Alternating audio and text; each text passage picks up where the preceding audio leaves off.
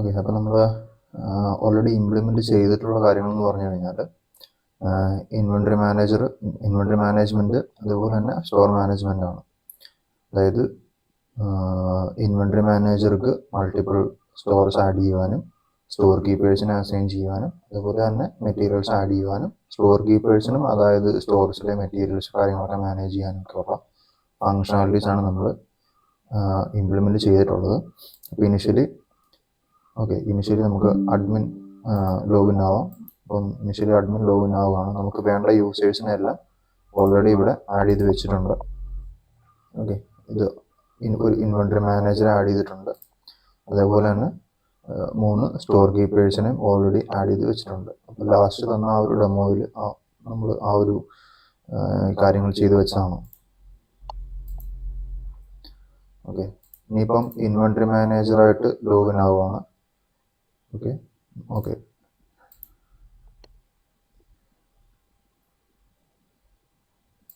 ഇവിടെ ഇൻവെൻട്രിയുടെ സെഷനിൽ വന്നു കഴിഞ്ഞാൽ ഇവിടെ ഓൾറെഡി ഞാൻ എന്ത് ചെയ്തിട്ടുണ്ട്, 3 സ്റ്റോർസ് ആഡ് ചെയ്ത് വെച്ചിട്ടുണ്ട്. ഓക്കെ, അതേപോലെ ആ സ്റ്റോർസിലെല്ലാം മെറ്റീരിയൽസ് ആഡ് ചെയ്ത് വെച്ചിട്ടുണ്ട്. അതേപോലെ തന്നെ ഈ സ്റ്റോർസിലേക്ക് ഞാൻ സ്റ്റോർ കീപ്പേഴ്സിനെ അസൈൻ ചെയ്ത് വെച്ചിട്ടുണ്ട്. സ്റ്റോർ എങ്ങനെ ക്രിയേറ്റ് ചെയ്യുന്നത് വെച്ചാൽ ഇവിടെ ആഡ് സ്റ്റോർ കൊടുക്കുക, സ്റ്റോർ നെയിം, ലൊക്കേഷന്, ഡിസ്ക്രിപ്ഷന്, അതേപോലെ തന്നെ സ്റ്റോർ കീപ്പേഴ്സിനെ ഇവിടെ ലിസ്റ്റ് ചെയ്ത് കാണിക്കും. അപ്പം അതിൽ നിന്ന് ഏതെങ്കിലും സ്റ്റോർ കീപ്പറെ നമുക്ക് ഈ ഒരു സ്പെസിഫിക് സ്റ്റോറിലേക്ക് എന്ത് ചെയ്യുക, അസൈൻ ചെയ്ത് കൊടുക്കുക. ഓക്കെ, അതായത് ആ ഒരു പ്രൊജക്ട്സിൻ്റെ കേസിൽ നമ്മൾ പ്രൊജക്ട് എഞ്ചിനീയേഴ്സിനെ അസൈൻ ചെയ്ത് കൊടുക്കുന്ന പോലെ തന്നെ ആയിരുന്നു ഈ ഒരു സ്റ്റോർ കീപ്പർ അസൈൻ ചെയ്ത് കൊടുക്കുന്നത്. അതേപോലെ അവിടെ സ്റ്റാറ്റസ് ഡിഫോൾട്ടായിട്ട് ആക്റ്റീവ് ആയിരിക്കും. അപ്പോൾ ഇത്രയും ഫീൽഡുകളാണ് നമ്മൾ സ്റ്റോർ ക്രിയേറ്റ് ചെയ്യുമ്പോൾ കൊടുക്കുന്നത്. അപ്പം നമ്മൾ സേവ് സ്റ്റോർ കൊടുത്തു കഴിഞ്ഞാൽ അവിടെ സ്റ്റോർ ക്രിയേറ്റഡ് ആവും. അപ്പോൾ അങ്ങനെ 3 സ്റ്റോർസ് നമ്മളിവിടെ ഓൾറെഡി ക്രിയേറ്റ് ചെയ്ത് വെച്ചിട്ടുണ്ട്. അപ്പോൾ അവിടെ എഡിറ്റ് ആക്ഷൻസ് പെർഫോം ചെയ്യണമെങ്കിൽ നമുക്ക് എഡിറ്റ് ചെയ്യാം, അതേപോലെ ഡിലീറ്റ് ചെയ്യണമെങ്കിൽ ഡിലീറ്റ് ചെയ്യാം ഈ ക്രിയേറ്റ് ചെയ്ത സ്റ്റോർ ഇൻവെൻട്രി മാനേജർക്ക് തന്നെ. ഓക്കെ, അതേപോലെ ഇനിയിപ്പോൾ നമ്മൾ ഈ മെറ്റീരിയൽസ് എന്ന് പറയുന്ന ഈ ഒരു ടാബിലേക്ക് വന്നു കഴിഞ്ഞാൽ നമുക്ക് ആഡ് മെറ്റീരിയൽ കൊടുത്തു കഴിഞ്ഞാൽ നമുക്ക് പുതിയ മെറ്റീരിയൽസ് നമുക്ക് ആഡ് ചെയ്യാൻ പറ്റും. നമുക്ക് ആ ഒരു സ്പെസിഫിക് സ്റ്റോർസിലേക്ക് അസൈൻ ചെയ്യാനും പറ്റും. അതേപോലെ മെറ്റീരിയൽസിൻ്റെ 2 ടൈപ്പ് ഓഫ് കാറ്റഗറി ഉണ്ട്, പ്രൊജക്ട് സ്പെസിഫിക് ഉണ്ട്, സ്റ്റാഫ് സ്പെസിഫിക് ഉണ്ട്. ഓക്കെ, അപ്പോൾ ഇങ്ങനെ 2 കാറ്റഗറിയിലാണ് മെറ്റീരിയൽസ് വരിക.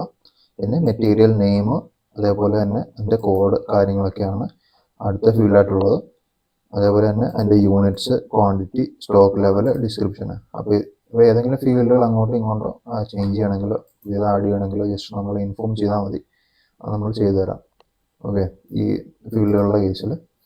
ഓക്കെ, നമുക്ക് എഡിറ്റ് ആക്ഷൻ ഓൾറെഡി ക്രിയേറ്റ് ചെയ്ത മെറ്റീരിയൽസിൽ എഡിറ്റ് പെർഫോം ചെയ്യാൻ പറ്റും.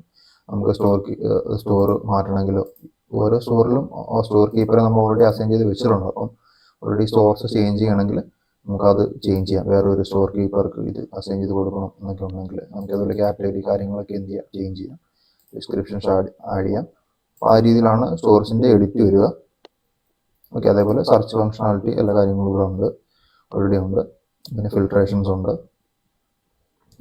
നമുക്ക് കാറ്റഗറീസിൻ്റെയും സ്റ്റോർസിൻ്റെയും സ്പെസിഫിക്കലി നമുക്കത് ഫിൽട്ടർ ചെയ്യാൻ പറ്റും. ഓക്കെ, അപ്പോൾ ഇതാണ് ഇൻവെൻട്രി മാനേജർ ചെയ്യുക. എന്ത് ചെയ്യും, സ്റ്റോർ ക്രിയേറ്റ് ചെയ്യും, സ്പെസിഫിക് സ്റ്റോർസിലേക്ക് സ്പെസിഫിക് സ്റ്റോർ കീപ്പേഴ്സിനെ അസൈൻ ചെയ്യും, സ്റ്റോർസിലേക്ക് എന്ത് ചെയ്യും, മെറ്റീരിയൽസിനെ ആഡ് ചെയ്യും.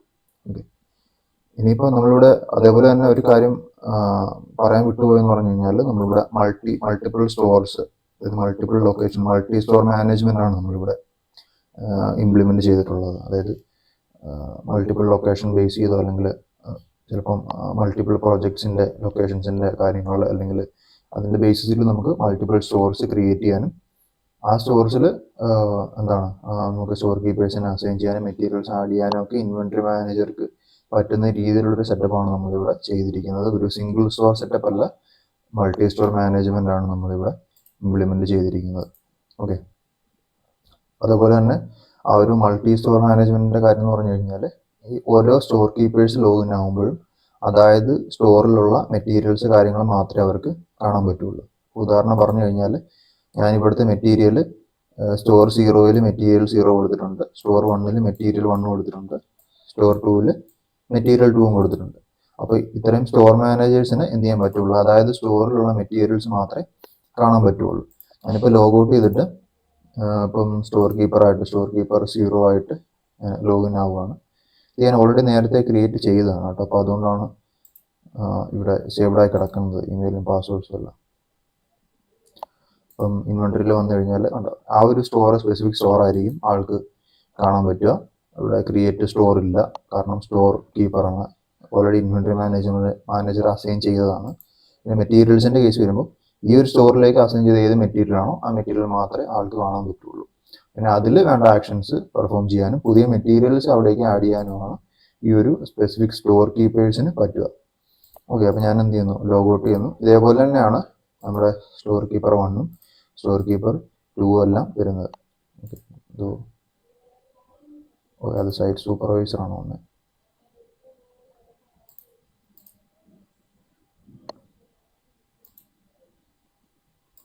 അങ്ങനെയല്ല, ഇപ്പോൾ മെറ്റീരിയൽ 1 ആണ് സ്റ്റോർ കീപ്പർ 1ന് പറ്റുക. ഓക്കെ, ആ ഒരു ഇൻവെൻട്രി മാനേജർ അസൈൻ ചെയ്ത് കൊടുത്താണ്. അതേപോലെ സ്റ്റോർ കീപ്പർ 2 കൊടുക്കുന്ന കേസിൽ ഒരു സ്റ്റോർ കീപ്പർ 2ക്ക് എന്താണ്, ഏത് മെറ്റീരിയലാണ് അസൈൻ ചെയ്ത്, ഏത് സ്റ്റോറിലേക്കാണ് അസൈൻ ചെയ്തത് ആ സ്റ്റോർ മാത്രം, ആ സ്റ്റോറിലുള്ള മെറ്റീരിയൽ മാത്രമേ എന്ത് ചെയ്യുള്ളൂ, കാണുള്ളൂ. ഓക്കെ, അപ്പോൾ പുതിയ മെറ്റീരിയൽസ് ആഡ് ചെയ്യാൻ പറ്റുകയും ചെയ്യും സ്റ്റോർ കീപ്പേഴ്സിന്. അപ്പം ഇതുവരെയാണ് നമ്മളിവിടെ ചെയ്തിരിക്കുന്നത്. ഇനി പറഞ്ഞ റിക്വയർമെൻറ്റ് കാര്യങ്ങൾ ഇംപ്ലിമെൻറ്റ് ചെയ്തുകൊണ്ടിരിക്കുകയാണ്. നമ്മൾ ഉടൻ തന്നെ നെക്സ്റ്റ് ഒരു ഡെമോയും നമ്മൾ ഇതേപോലെ ഷെയർ ചെയ്യുന്നതായിരിക്കും. Okay, thank you.